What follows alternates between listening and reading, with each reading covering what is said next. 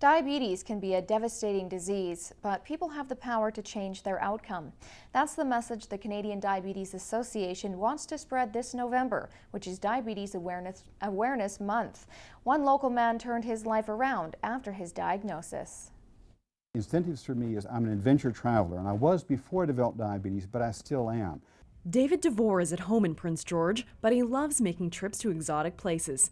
Here he made it to the base of Mount Everest. There's not a thing that I have taken off my list to do as a result of diabetes. That's because Devore has made major changes to his routine after he was diagnosed with diabetes.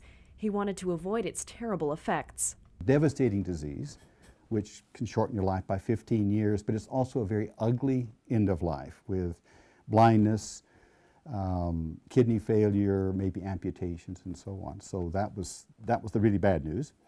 And the good news was that if you engage it, you have a good chance of really changing that outcome.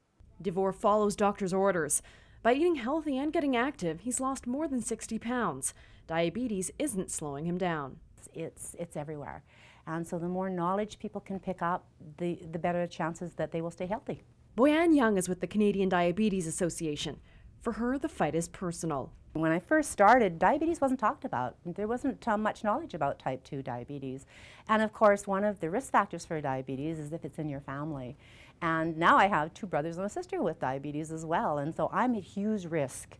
So I pay attention to what I eat and try to keep physically active to maybe lessen my risk for developing diabetes down the road. There's a new campaign for November, which is Diabetes Awareness Month. People can come down to the local office or go online to have a chance to win prizes and share their story about the disease. Young says the bigger win is spreading awareness of how to prevent and manage diabetes. I'm fighting for my whole family because diabetes is in my family.